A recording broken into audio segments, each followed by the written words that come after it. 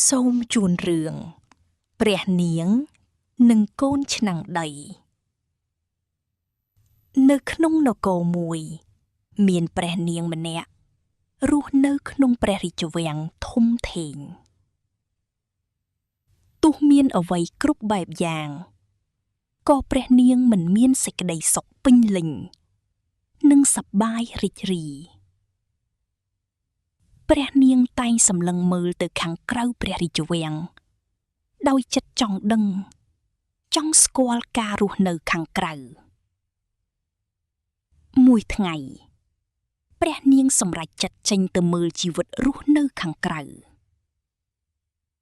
ព្រះនាងស្លៀកពាក់ដូចអ្នកភូមិធម្មតាហើយដើរចេញពីព្រះរាជវាំងដោយភាពក្លាហាននិងមានក្តីសង្ឃឹមព្រះនាងមកដល់ភូមិតូចមួយដែលមើលទៅមានភាពសាមញ្ញមានប្រជាជនរស់នៅនិងមានទំនាក់ទំនងគ្នាយ៉ាងរីករាយព្រះនាងបានឃើញក្មេងៗរត់លេងយ៉ាងរីករាយនិងមានក្តីសុខជីវិតនៅទីនេះសាមញ្ញប៉ុន្តែពោរពេញដោយសេចក្តីសុខព្រះនាងបានបន្តដំណើរទៅមុខបន្តិចក៏ជួបនឹងលោកម្នាក់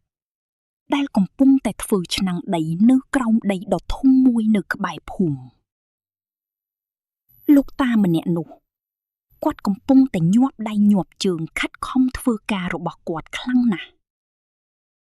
ព្រះនាងបានឈប់មើលហើយចាប់អារម្មណ៍យ៉ាងខ្លាំងការធ្វើឆ្នាំងរបស់លោកតាភ្លាមនោះព្រះនាងបានសុំលោកតាសាកល្បងធ្វើឆ្នាំងដោយខ្លួនឯងម្ដងលោកតាបានណែនាំព្រះនាងពីរបៀបធ្វើរួចព្រះនាងក៏បានចាប់ផ្ដើមធ្វើតាមលោកតាប្រាប់មិនយូរប៉ុន្មានព្រះនាងក៏ធ្វើបានឆ្នាំងដីមួយប៉ុន្តែមានរូបរាងមិនសូវស្អាតទេលោកតាក៏លើកទឹកចិត្តថាពេលធ្វើដំបូងវាមិនស្អាតទេទោះបីជាឆ្នាំងដីដែលព្រះនាងធ្វើដំបូងមិនស្អាតតែនាងមិនបោះបង់ឡើយរហូតដល់ថ្ងៃមួយព្រះនាងក៏ធ្វើបានស្អាតព្រះនាងបានសុំលោកតារស់នៅក្នុង